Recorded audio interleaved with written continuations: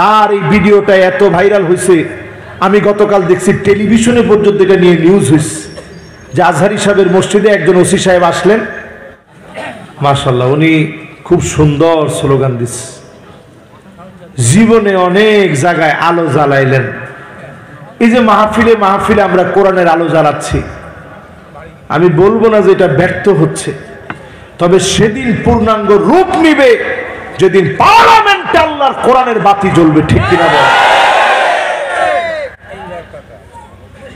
মাশাআল্লাহ মুরব্বী একজন বলছে এইবার কথা ঠিক বলছে, মানে এতক্ষণ কি আমি বেঠিক বলছি নাকি? না বাবা সবই ঠিক বলছেন, এবার বলছে। তো এখন একটু চিন্তা করেন, আমাদের দেশে আল্লাহ অনেক নিয়ামত দিছে, কিন্তু আল্লাহর কোরআনটা প্রতিষ্ঠিত করার জন্য মনের ভিতরে ইচ্ছা আছে, হিম্মত আছে, কিন্তু আমরা আমার দেশে বারবার কোরআনের বিজয়ে মুসলমানদেরকে আমরা এমন পাই যারা বিরোধিতা করে, ঠিক কিনা বলেন? আমি শুধু ছোট্ট একটা উদাহরণ দিই। এই কেশবপুর 6 আসনের এমপি খন্দকার আজিজুল সাহেব নাম নাকি? খন্দকার আজিজুর রহমান, খুব ইয়ং মানুষ, সিএনজি নিয়ে গেছিল কোনে? আরে পার্লামেন্টে, সংসদে গেছে পরে সবার বিএমডব্লিউ, কারো ল্যান্ড ক্রুজার, কারো মার্সিডিজ, কারো বিএমডব্লিউ, কারো মার্সিডিজ, কারো ল্যান্ড ক্রুজার, কারো আছে রেঞ্জ রোভার, সবাই দামি দামি গাড়ি। এর মধ্যে উনি গেছে সিএনজি নিয়ে। রেঞ্জ রোভারের পিছনে একটা সাংবাদিকও নাই, ল্যান্ড ক্রুজারের পিছনে একজনও নাই, মার্সিডিজের পিছনে একজনও নাই, কিন্তু উনার সিএনজির পিছনে সব সাংবাদিক দৌড়াইতেছে, ঠিক কিনা বলেন? দেখছেন ওয়াজের মধ্যে কয়েকজনে হাততালি দিয়ে ফেলছে। হুজুর এই লোক, উনি যে সিএনজি নিয়ে গেছে, উনি বলছে আমি 5 লক্ষ টাকা দিয়ে নির্বাচন করেছি, তাও জনগণের টাকা। আপনারা তো সুন্দর করে ঠিক বললেন। আজকে যদি উনি ঢাকা না থেকে এই এলাকায় থাকতেন, আমি ওনার রিকোয়েস্ট করতাম যে আপনি দয়া করে মাহফিলে আসেন, দেখে যান এলাকার মানুষ কতটা মহব্বত করে। এই লোকটার এই পরিবর্তন কেন? আমি মনে করি সে জীবনে একদিন 2 দিন না, দীর্ঘদিন সে মাদ্রাসায় পড়ছে। এখন তো ঠিক বলেন না, জোরে বলেন। এই নীতি নৈতিকতা যদি আমার ভাই ধরে রাখে, এমন লোকদের জন্য দৃষ্টান্ত হবে যারা কানাডায় বাড়ি করে ফেলেছে, বেগম পাড়া গড়ে তুলেছে, যারা দিনের পর দিন টাকা লুণ্ঠন করেছে, তাদের জন্য সে দৃষ্টান্ত হয়ে যাবে, ঠিক কিনা বলে? আমরা ওই দিকে না যাই, তবে এই দিকে থাকতে চাই। এই যে উনি সিএনজি নিয়ে গেছে, বোঝা গেছে সততার দাম কম না বেশি?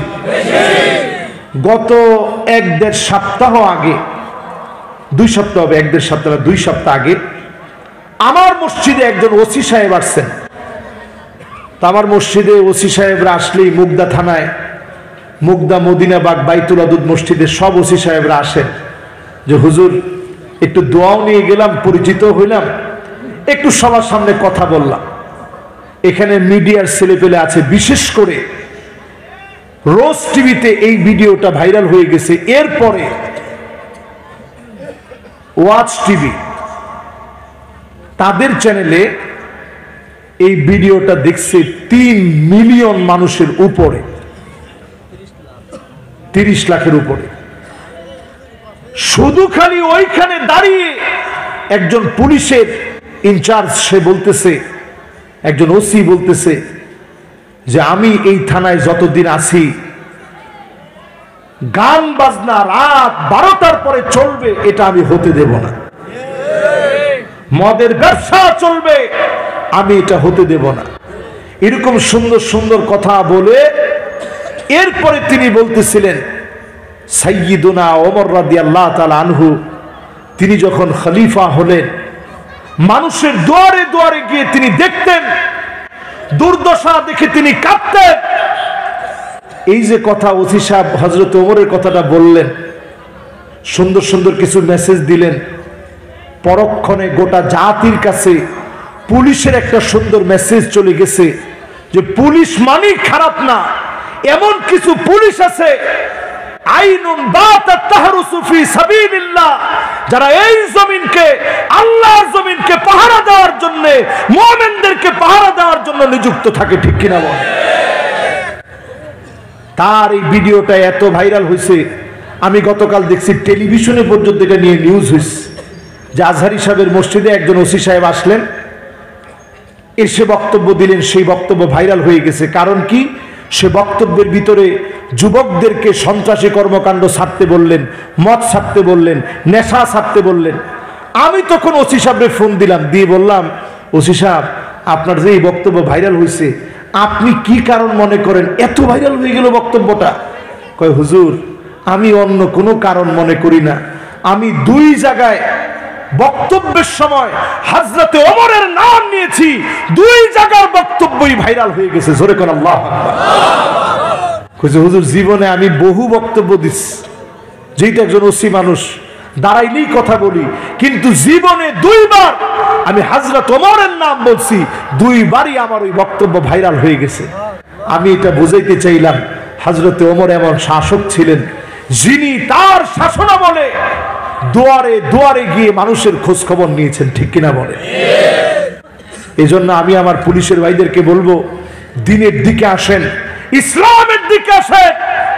আপনি আপনার দায়িত্ব পালন করার ক্ষেত্রে আল্লাহকে সর্বোচ্চ ভয় করেন, আল্লাহর সামনে দাঁড়ানোকে ভয় করেন। আপনার এই দুই চোখ এত দামি হয়ে যাবে, হারামাহুল্লাহু আলাইহিন নার, এই দুই চোখের জন্য জাহান্নামের আগুন হারাম হয়ে যাবে। জোরে করে আল্লাহু আকবার।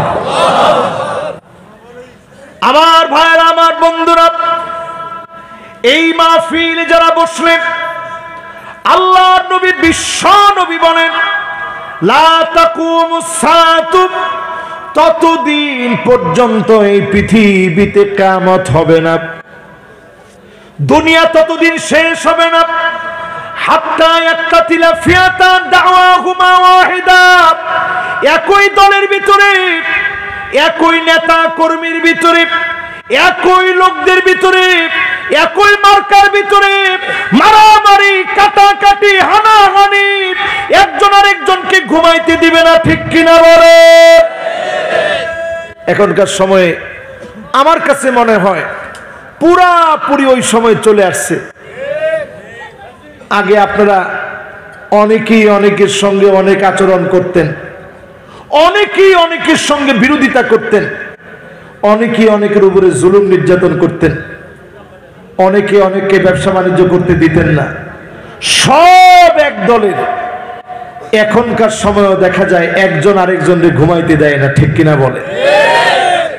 তার মানে বোঝা যায় আমার ভাইয়েরা, উম্মতের ঈমানের বেহাল দশা চলছে। আল্লাহর নবী যে উম্মতের জন্য কাঁদলেন, অধিকাংশ মুসলমান নবীজি সেই উম্মত হতে পারি নাই। আল্লাহর হাবিব বলেন, লা তাকুমুস সাআতু, ততক্ষণ পর্যন্ত এই দুনিয়া শেষ হবে না রে উম্মত, এই দুনিয়া ততদিন পর্যন্ত ধ্বংস হবে না। আল্লাহর নবী বলেন, হাত্তা ইয়াকতুলা জারহু, প্রতিবেশী প্রতিবেশীকে মেরে ফেলবে। এখনকার সময়ের দিকে তাকায় দেখেন, প্রতিবেশী প্রতিবেশীকে হত্যা করে ফেলে, অন্যায়ভাবে মেরে ফেলে, প্রতিবেশী প্রতিবেশীকে খুন করে ফেলে। এমন দৃশ্য একটা দুইটা না, অহরহ এখন চোখের সামনে এমন দৃশ্য চোখে পড়ে। ঠিক কিনা বলে?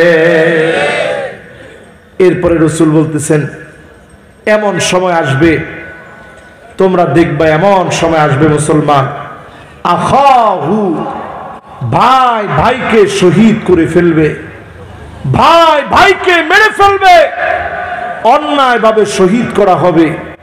এরপরে নবীজি বলেন, এমন সময় আসবে তোমরা নিজেরা দেখবা নিজের বাপকে পর্যন্ত শহীদ করে ফেলা হবে, নিজের মাকে পর্যন্ত মেরে ফেলা হবে। আজকে যেই জামানায় আমি আপনি আছি, মা বাপকে মেরে ফেলা হয়েছে, এমন দৃশ্য পর্যন্ত চোখের সামনে আসলো। মাকে শহীদ করা হয়েছে, বাপকে মেরে ফেলা হয়েছে। আপনি আমি একটা বারের জন্য যদি চিন্তা করি, বরিশালের ওই লঞ্চের ভিতরে আগুন লেগে যাওয়ার ঘটনা, ঝালকাঠিতে লঞ্চের ভিতরে দাও দাও করে আগুন জ্বলে উঠেছে, সঙ্গে সঙ্গে মা সন্তানদেরকে স্বামীর হাতে উঠায় দিলেন। স্বামীরে,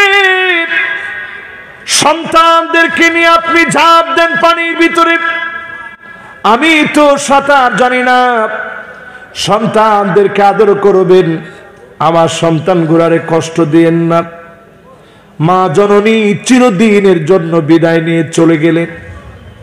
দাউ দাউ করে আগুন জ্বলছে, আগুনের ভিতরে মা জ্বলে পুড়ে মারা গেছে।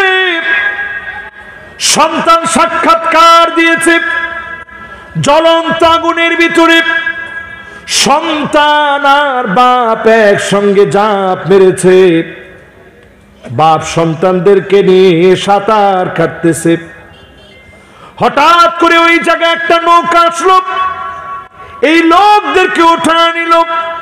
বাপ বেঁচে গেল, সন্তান বেঁচে গেল, মা দুনিয়া থেকে চলে গেল। এমন দৃশ্যগুলা মনে করায় দেয় দুনিয়ার জীবনে মা বাবা সব থেকে সন্তানদেরকে বেশি ভালোবাসে, ঠিক কিনা বলে? সিএনজি অ্যাক্সিডেন্ট হয়েছে, অ্যাক্সিডেন্টের সময় প্রচন্ড ধাক্কা লেগে গেছে, মায়ের মাথার ঘিলু বের হয়ে গেছে, মগজ বের হয়ে গেছে, মা দুনিয়া থেকে বিদায় নিয়েছে। সন্তানকে বুকের মধ্যে আগলে রেখেছে, প্রমাণ হয়ে গেছে সন্তানের ক্ষতি হতে মা দেয় নাই। লঞ্চ ডুবে গেছে, দেখা গেছে মা সন্তানকে আর ওই দিন বুকের সঙ্গে রাখে নাই, পিঠের সঙ্গে ওড়না দিয়ে বেঁধে রেখেছে। মা প্রমাণ করে দিয়েছে যতক্ষণ পর্যন্ত হায়াত আছে সন্তান তোরে আমি ছেড়ে দেই নাই, যতক্ষণ বেঁচে থাকতে পেরেছি তোকে বাঁচানোর জন্য মা চেষ্টা করেছে। এমন মা বাপকে যখন সন্তান মেরে ফেলবে পরিষ্কার ভাবে বুঝে নিবে সময়টা বড় কঠিন।